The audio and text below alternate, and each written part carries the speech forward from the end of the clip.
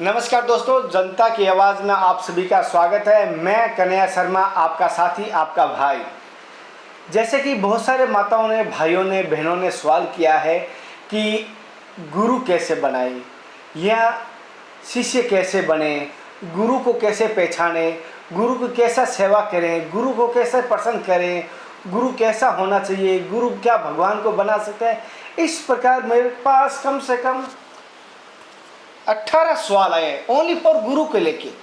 हालांकि मैंने संतों से, बहुत सारे संतों से मैंने जानकारी ली गुरु को लेके, विशेष तौर पर जानकारी आपको दी थी मैंने हर बार। लेकिन आज मैंने कहा, बहुत सारों ने कहा सर आपका अनुभव है, भैया आपका अनुभव वो बताइए। तो मैंने जो संतों से अनुभव पाया है वो मैं आपके साथ आज शेयर करूँगा गुरु को लेके। हाँ, बहुत सारे कहते हैं भैया कन्हैया आपके गुरु कौन है।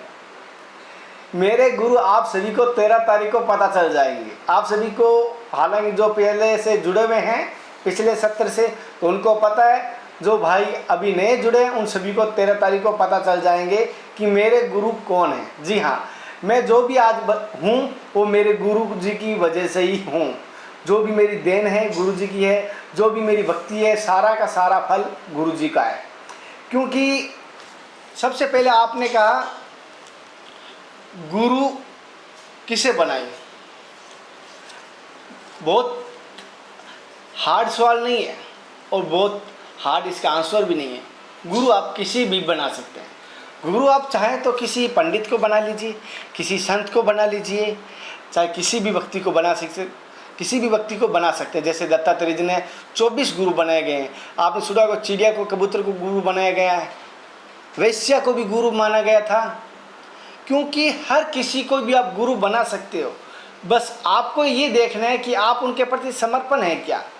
अब सर कहेंगे तो उनको कैसे गुरु बनाया जाता, उन्होंने तो उनकी शिक्षा ग्रहण की। हालांकि ने आप चाहें तो, अगर आपको लगता है कि मेरे समाज में मैं किसी को गुरु नहीं बना पा रहा हूँ, क्योंकि मनुष्य जीवन में एक ऐसी होती है, हमें दोष देखने की आदत होती है कि कोई कह देता है, कान भर देता है आपके गुरु को तो मैंने उस लड़की के साथ ऐसे बैठे देखा था। कोई कह देता है आपके गुरु तो पैसों का लालची है, कोई कह देता है आपके गुरु तो भाई लोभी है। किसी प्रकार का कोई कान भर सकता है। तो पहले तो आप समर्पण रहना सबसे पहले। अगर फिर भी आपको लगता है मैं अपने आप पे नहीं कर पाऊँगा, तो आप भगवान को भी गुरु मान सकते हो, किसी भी देवी देवताओं को गुरु बना सकते हो, महादेव को गुरु बना सकते हो, श्री कृष्ण भगवान को गुरु बना सकते हो, जगत गुरु है वो। आप बहुत माता जी को गुरु बना सकते हो। और अगर आपको लगता है, बहुत सारी बहनें कह रही है हम कैसे गुरु बनाओ, मैं तो कह रहा हूँ आप मेरी बहनें, आप अपने पिता को ही गुरु मान लीजिए। मेरी नज़रों में जब तक आप समझिए, जो अनमेरिड है, छोटी बच्चियाँ हैं या नवयुवक है, 18, 20, 25 साल की है, वो अपने पिता को गुरु मानिए। अगर जिनके पिता नहीं हैं वो अपने भाई को गुरु मानिए। कैसे करके उनकी आप गुरु मानिए। गुरु का मतलब है आप उनके प्रति समर्पण हुए हो, उनकी आज्ञा पालन कर रहे हो। मेरा ये, हालांकि 2-3 साल से मैं संतों के बीच में रहा हूँ, गुरु के प्रति मैंने कम से कम कह सकता हूँ 500 सवाल मैंने किए होंगे संतों से, और बहुत सारे संतों से किए। ये पहले मेरा अनुभव बताया मैंने आपको, गुरु आप किसे बना सकते हो। अब ये कहेंगे मैं गुरु कैसे पहचानूं कि वो मेरे गुरु, मैं कैसे ढूंढूं। हद से ज़्यादा मेरे पास ये कॉल भी आते हैं, मैं कॉल तो उठा नहीं सकता। बहुत सारों का अभी भी कॉल आ रहा है, मैं नंबर नहीं बता रहा हूँ, कॉल आ रहा है अभी भी, बहुत सारों का अभी भी कॉल चल रहा है। तो जैसे कि कंटिन्यू कॉल भी आते हैं, वाइब्रेशन। तो बहुत सारे ऐसे भाई आते हैं कि हम गुरु को कैसे तलाश करें, या हमारे गुरु कैसे, कौन है, हमें कैसे पता चलेंगे। मैं कहता हूँ गुरु तो पहले से है वो। जैसे अगर आप किसी गुरु, मैं कहना नहीं चाहूँगा, नाम ले लेता हूँ एक बार, आप अगर समझ लो राजेंद्र दास जी को गुरु बनाने चाहते हो, परम पूज्य राजेंद्र दास जी को, तो वो तो पहले से गुरु हैं किन्हीं को। ठीक, आप शिष्य बनने की पात्रता है क्या। आप अगर रमेश जी को गुरु बनाना चाहते हो, चाहे आप विनोद बाबा को गुरु बनाना चाहते हो, रमेश बाबा को गुरु बनाना चाहते हो, तो आप में क्या शिष्य की पात्रता है। पहले तो मैं ये पूछना हूँ, ये सवाल आप कमेंट करके बताना, क्या आप में शिष्य की पात्रता है। बहुत सारे कहते हैं सर आप शिष्य की पात्रता कैसे नापी जाएगी, कैसे पता चलेगा हम में शिष्य की पात्रता है या नहीं है। तो उन भाइयों से, बहनों से कहना चाहता हूँ, शिष्य की पात्रता का कोई नाप तो है नहीं मेरे पास। ना किसी के पास ऐसा माप तोल है। लेकिन एक बात हो, जिसके हृदय में करुणा विराजमान करेगी, करुणा, जिसके हृदय में दया विराजमान करेगी, जिसके हृदय में पर जीव की सेवा भाव रहेगा, जिसके हृदय में आज्ञा पालन का एक समर्पण भाव रहेगा, तो वो समझ लीजिए शिष्य की पात्रता रखने योग्य है, या उसके अंदर शिष्य पात्रता का बीज है। सबसे पहले अब इसको भी पहचानने का इजी कारण बताता हूँ। जैसे कहना नहीं चाहिए चिड़चिड़ापन, बहुत सारों भाइयों में होता है चिड़चिड़ापन, कभी कभी मेरे में भी आ जाता है। कैसे आता है? कोई कंटिन्यू हमें काम करते हैं, डिस्टर्ब करते हैं, एक चिड़चिड़ापन होता है। लेकिन जैसे जैसे आप भक्ति करेंगे ना, जैसे जैसे आप सात्विक जीवन जिएंगे ना, तो आप में वो भी कम होने लग जाएगा, मैं ये कहूँगा। और किसी को भी ये शुरुआत आप घर से कर सकते हो। जैसे आपने देखा होगा बहुत सारों में, आप में भी आदत होगी, हो तो बताना कमेंट करके। हो सकता आज लंबा वीडियो तो मुझे माफ़ कर देना। अगर जो गुरु के प्रति, शिष्य के प्रति जो बना कोई शिष्य है या शिष्य बनना चाहता है, तो वो वीडियो बीच में छोड़ के जाएगा तो जीवन की सबसे बड़ी गलती करेगा, ये कह रहा हूँ। क्योंकि जो एक होता ना, जो आम खाया वही बता सकता है वो आम खट्टा था या मीठा था, या कोई स्वाद था या नहीं था, वो मैं बताने वाला हूँ आपको, जो संतों से मैंने प्राप्त किया है। अब मैं बताता हूँ आपके अंदर अगर फिर भी पात्रता नहीं आ रही है, पात्रता लाने का एक छोटा सा मूल मंत्र बता रहा हूँ।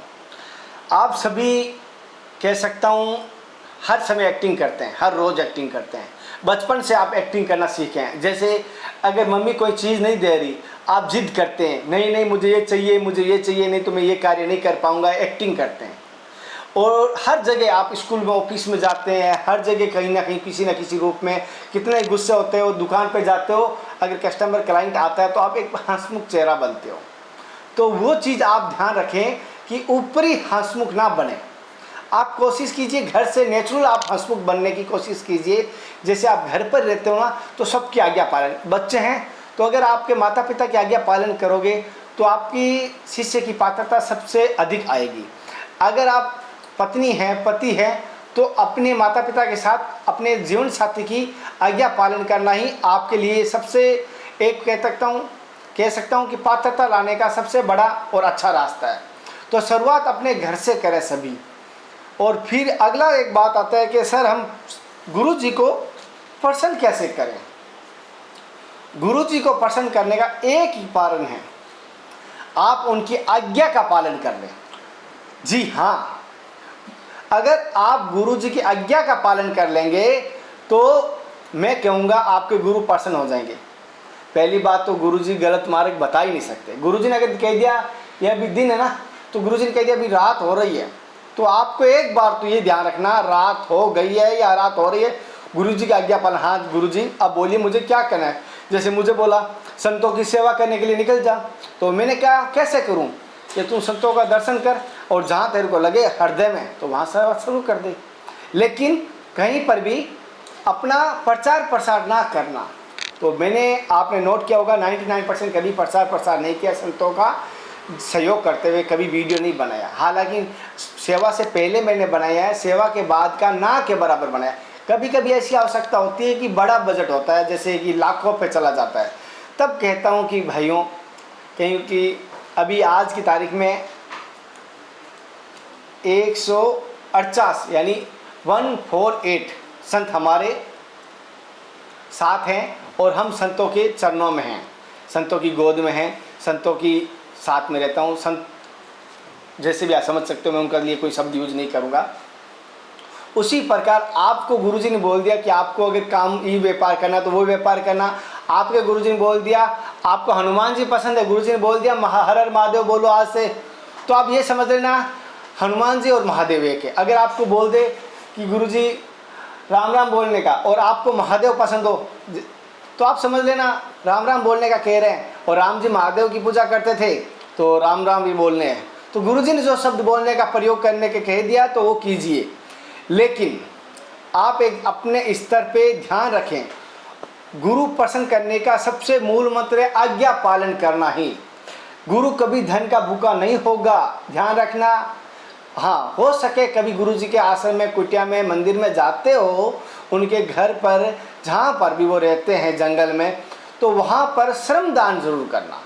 अब श्रमदान कैसे कहते हैं किसी को नहीं पता, तो मैं बता देता हूँ।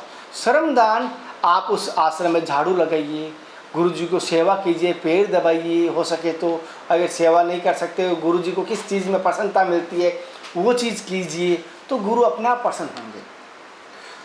तीसरा, आप इस गुरु पूर्णिमा को पूजा कैसे करें, इसके लिए मैंने एक वीडियो बनाया है, आप उसे ऊपर आई बटन पे पूरा देख सकते हैं। वीडियो के डिस्क्रिप्शन में डिटेल के साथ मैं वीडियो पूरा दे दूंगा, वो वीडियो देख लेना, गुरु जी की पूजा कैसे की जाएगी। जी हाँ, ध्यान रखें, जैसे मैं गुरु चरण पादुका की पूजा कर रहा हूँ, आप वो गुरु जी के चरणों की पूजा करनी है। गुरु जी का जब भी आप करें तो चरण स्पर्श ही करें, ध्यान रखें। तो खड़े रह के ऐसे नहीं करें जैसे आजकल होता है ना, फिल्मों में करते हैं, उस प्रकार ना करना। हो सके आप चरणों में सर झुकाइए, दंडवत कीजिए, प्रणिपात कीजिए, जैसा भी आप कर सकते हैं कीजिए। लेकिन गुरु पूर्णिमा को कुछ चीज़ें जिनको नए गुरु बना रहे उनको मैं बता रहा हूँ, मिठाई या नारियल मिश्री, नारियल मिश्री ये मिठाई में माना जाता है, नारियल मिश्री। हालांकि कोई कतली ले जाए कोई मना नहीं करूँगा, गुलाब जामुन लेके जाए तो मना नहीं करूँगा मैं, लेकिन नारियल और मिश्री ज़रूर लेके जाएँ, किशमिश लेके जाएँ, जो भी हो ये ज़रूर लेके जाएँ गुरु जी के चरणों में। उस दिन गुरु जी जो पोशाक पहनते हैं, अगर वाइट, केसरिया, गेरुआ, या किस माप की कौन सा कपड़ा पहनते हैं, ये आपको पहले से पहचान करना होगा। एक वस्त्र थोड़ा देना मान्यता है। और चरणों की पूजा पुष्पों से, गंगा जल से आप कर सकते हैं, और जो भी जितनी विधि विधान के साथ करें। गुरु जी के जब चरण धोएं, जब ध्यान रखना आपको उसका चरणामृत जरूर ग्रहण करना, चाहे 2 बूंद करें, बाकी आप पिंपल या पेड़ में डाल सकते हैं, मना नहीं करूँगा। और साथ ही साथ एक ध्यान रखना, छोटी सी निवेदन और आपको मैं कहना चाहता हूँ, कम से कम अगर दूसरे के किसी के गुरु हो उनमें भी दोष मत देखना, जिनके गुरु हो उनमें दोष मत देखना। जैसे अगर कोई कहता है आसाराम जी ऐसे थे, राम रहीम जी ऐसे थे, या फलाने महाराज जी ऐसे हैं, किसी में दोष मत देखिए, क्योंकि आप एक अंगुली उस तरफ करते हैं ना, तो 3 अंगुली हमारी तरफ हो जाती है। तो किसी में दोष मत देखना, किसी के संत में प्रणाम कर लीजिए। अगर आपको लगता है हम इनके यहाँ पर नहीं रुकना चाहिए, वहाँ से निकल जाइए। और आप सभी को ये बता देता हूँ, 13 जुलाई को गुरु पूर्णिमा है, और 13 जुलाई को आप सभी इस बार बहुत भव्य से मनाएंगे। और फिर भी आपका कोई सवाल हो जाए तो मुझे कमेंट कर देना, व्हाट्सएप पे नंबर दिए गए हैं। शाम को 8 से 9 मेरा कॉल लगेगा, बाकी मेरा कॉल नहीं लग पाएगा। व्हाट्सएप मैसेज करोगे तो दिन में भी जवाब दे दूंगा, या कोई मेरा भाई दे देगा, विष्णु जवाब दे देगा। लेकिन 8 से 9 कॉल मैं अटेंड करूंगा। मैं पूरा माइंड फ्री रह के, आज से मैं आपको टाइम दिया हूँ, कल से 8 से 9 मैं आपके साथ आऊँगा, तो आऊँगा बात करने के लिए। मैं विशेष तौर पर आपके साथ जुड़ूंगा। कोई भी कॉल कर सकता है, मैं ऐसा नहीं कहूँगा वे मेंबर है उनके लिए अलग मेंबर है, नंबर दिया हुआ है। सबको मेंबर है उनको नंबर अलग दिए हुए, और बाकियों को सबको एक नंबर दिए हुए। और इस गुरु पूर्णिमा को सभी करेंगे, और मैं इस गुरु पूर्णिमा को जो मेरी दिनचर्या रहेगी, मैं आपको एक छोटे व्लॉग की तरह आपके साथ शेयर करूंगा। और अभी भी आपने मेरे कुछ लाइव वीडियो पहले आए हों वो नहीं देखे, वीडियो के डिस्क्रिप्शन में डाल दूंगा, कुछ लाइव वीडियो मेरे जीवन का अनुभव देखना। और मैं किस प्रकार गाड़ी में घर है, अगर वो भी नहीं देखा है, वीडियो की डिस्क्रिप्शन में दूंगा, तो एक बार वीडियो की डिस्क्रिप्शन चेक कर लेना। जो भी भाई इस गुरु पूर्णिमा में अगर हमारे साथ जुड़ना चाहते हैं तो आप जुड़ सकते हैं, आपको मना नहीं है। और अगर जो व्हाट्सएप पे कोई भी सवाल करना चाहता है, स्क्रीन पे नंबर दिए गए हैं, व्हाट्सएप कर सकता है। कॉल करने के लिए शाम को 8 से 9 बजे, 8 से 9 ध्यान रखना, कॉल कर सकते हो आप, मना नहीं है। और मेरी गुरु के प्रति जो आपको जानकारी दी कैसी लगी मुझे ज़रूर बताना। अगर आपका फिर भी कोई सवाल हो मुझे कमेंट कर देना, मैसेज कर देना, मैं ज़रूर जवाब दूंगा। साथियों, फिर मिलते हैं नए संत महात्मा के साथ, नए सवालों के साथ। तब तक जय हिंद, वंदे मातरम, हर हर महादेव, जय श्री कृष्णा, जय श्री राधे।